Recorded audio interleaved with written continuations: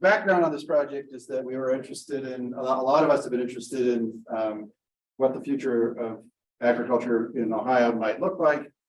And we're aware of a big research literature that's quite extensive and formal about what potential there is for bringing livestock and crops, so let's say, more together than they've been the trajectory has been more and more separate and specialized and simpler rotations, more difficulty getting rotations that are diverse and include perennials, more difficulty making economic sense out of using manure.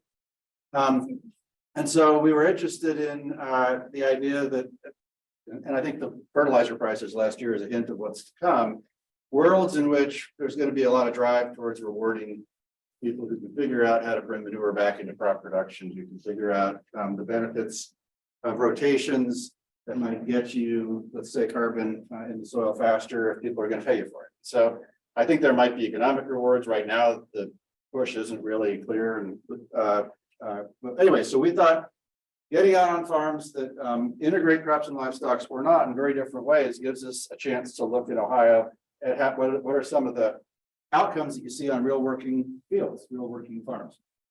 The ultimate goal, though, is to kind of figure out what we can do as a university, what we can say to policymakers if in our extension programs that might build viability and success and resilience among Ohio farmers, because that we see as our mission every day. Our approach was to partner with farms. We're not doing anything on station, anything controlled, experimental. We pick fields, and you've all been through these conversations with us that have very different 5, now 6-year histories. Often those histories go even longer, 20 years. And those using fields that are in that lane for a long enough period of time, but there should be signatures in the soil signatures in terms of the economics and the agronomics, if the literature is true. Again, you got on real world, are we seeing what people would expect from experimental studies we do on universities? We imagine, this is in our handout, you saw this and you still decided to participate, power to you, but it's confusing. But essentially we said we proposed to the USDA there's 4 kinds of farms in the world. And I know there's more, and many of you will blur these boundaries, but farms that are basically cash grain farms in Ohio that might have a corn, soy, maybe a small grain, but haven't been able to use manure. We've got the same idea, but where some of those fields have manure, but typically that manure is imported from a neighbor because these are folks who don't have livestock. You get into type C, we call it, the diversified crop livestock farm. Boy, we've learned there's as many versions of that as there are people in the room. But we think, various incarnations of when livestock are present, seeing perennials in rotation and seeing manure on some, but certainly not all fields. And then we actually tried this and got turned down the first year because we didn't have type D, and they wanted us to go to sort of the logical next step. What if you had just predominantly perennials, pasture hay, relatively little cash grain production? And so we realized there's certain kinds of fields that are associated and representative of what's unique about each of those types. When we came out, whenever it was 18 months ago, and listened to your arm or persuaded you or whatever, you agreed to participate, we tried to find fields that fit some of those categories. And today, that's what we're going to show you results on. In reality, like I say, those type C farms, those diversified farms, we broke into 2 groups as we began to have just meetings with some of you.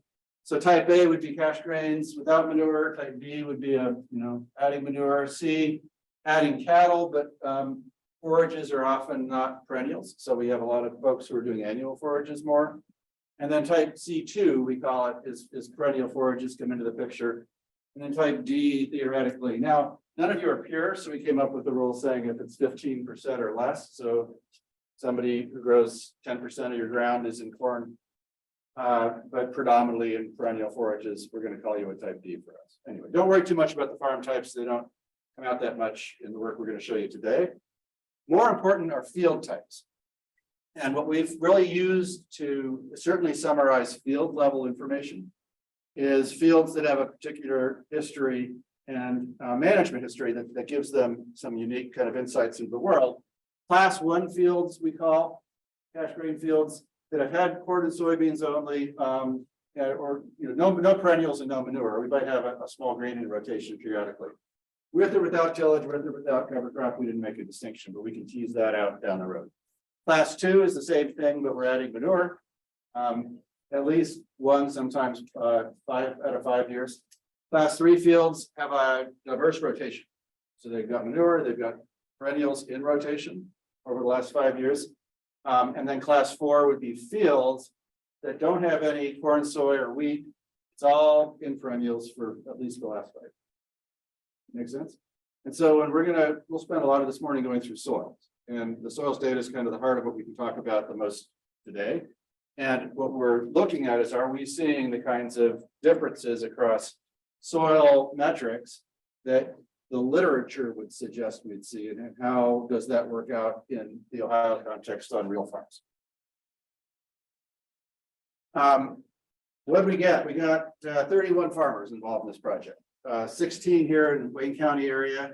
I know we cheated and got a Holmes County. I think we've got some Medina ground, a little bit of Stark County. But the eastern area has 3 type A farms, some B's, C's, D's, and so forth. And then out west, we've got a similar number of farms, but the distribution is a little bit different. It was out there that we saw a lot more what we call C1 farms. We saw a whole lot of folks who have annuals instead of perennials in rotation. When you line up farm type, and I'll say it slowly because we don't even remember to say it the same way in 2 meetings in a row.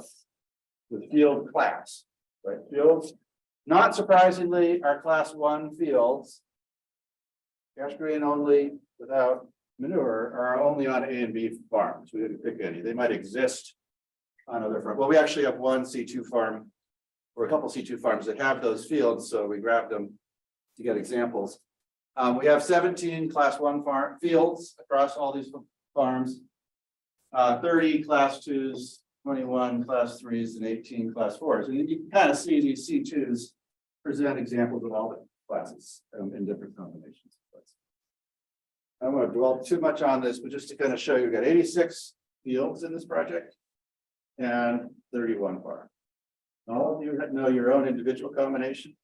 Generally, we have about 3 fields per farm. Some people, because they have so many different kinds of fields, we've gone to more. Some people we get less. And we harass you more the more fields we get. Any questions about how this is set up? It'll make more sense as we dig in, but your results that we're going to go through today are organized by field class. And so just you'll be able to compare like to like if you're looking across all the fields we have. Where are we in the project? We're in the middle. We started back in 21.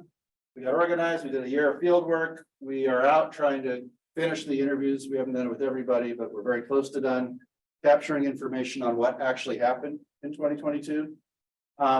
This meeting is meant to share results and have some conversations and get some advice and direct us if we need to change some things for 2023. We'll do another year of field work this coming year. We're going to have some field days. We'll talk about that at the end. And you're all going to be invited and even invited to host field days. We'd like to maybe do a tour of some of the farms that are using different things and use it as a venue to have conversations outside this group. Now, right now, we're only talking to you. Nobody knows our results. We're not going to share them with the world. But by next summer, we hope to do a little bit of extension and field day work. We'll be doing modeling throughout this year, and those model results will be ready next winter to share with you. And we'll be maybe doing some more extension field day types of things in 2024, but the money runs out July 1st, so theoretically. All right, so what have we done in 2022? A lot of field sampling. And I thank all of you for communicating with Cassie and our team, helping us know what's going on, know when to go, allowing us access to fields and barns. We gathered soil from all the farms in April and May. We have some of the farms that we're treating as more intensive, 8 or 9 of the farms. 9. We have a post-it on our wall that reminds us. We have 4 fields are. Oh no, intensive. Yeah, I'm thinking focused. Yeah, you're right. 9 farms, and where we thought for 1 year, let's go ahead and do spring, summer, fall, and look at how soil is changing. And we're just looking at those numbers now. If you're an intensive farm, you see a lot more of us. We wanted to do a penetrometer test, but the soil was too dry, as you know, going into the winter. And now we're looking for the right weather conditions and soil conditions to get accurate measures. That's a measure of soil compaction. That's the one thing we wish we'd finished by now that we haven't had a chance to do. We gathered crop samples on those intensive farms. We did mid-season for like an annual crop, and then we got everybody at harvest. Hay and pasture, we knew, I was a grazer for 25 years, and so I know this, but I hadn't really internalized what sampling a intensive rotational grazing farm is like, because cows are always moving. Getting in there right before the cows hit it is more complicated, but we tried to get first harvest or the first grazing pass on all the farms and those intensive farms. We tried to catch every rotation or every hay harvest. We also got feed and manure samples from farms that have livestock and are feeding. And then on just 4 fields, and only here in the Wayne County area, we did very expensive and labor intensive work to measure greenhouse gas emissions from soil and groundwater for water quality measures, just to see how those line up with what models think. These models will generate estimates of what's going on under the ground, what's going on in the air. And we decided to benchmark some of that. So those of you who allowed us to do that, you'll see those results today. We'll share all basically the results throughout the week. So today, I just did project goals and approaches. We're going to now dive into soil testing results. And you should have in your binders your latest version of the soil test results. We give you copies of whatever we get, say, from Brookside, if we send it out to Brookside. We're also getting a lot of other data, and we tried to integrate them into a single table to make them hopefully easier to use. We'll also talk about the air and water sampling on those 4 fields. And then we're going to take lunch and hopefully stick around. We'll talk about the modeling approach, and we'll look at how data from your fields and farms compare to book values or computer values that the models use. And that's why we're beginning to unpack all the things we can change in the model to make them represent real world settings. We'll have a little bit of discussion like we've done with you individually about the pros and cons of different ways of organizing a farm, and then we'll look at the future. So and we'll get you out of here by, I think we said 3:30 latest. I'll push to get you out of here. All right, any quick questions before we hand the mic over to our intrepid soil specialist?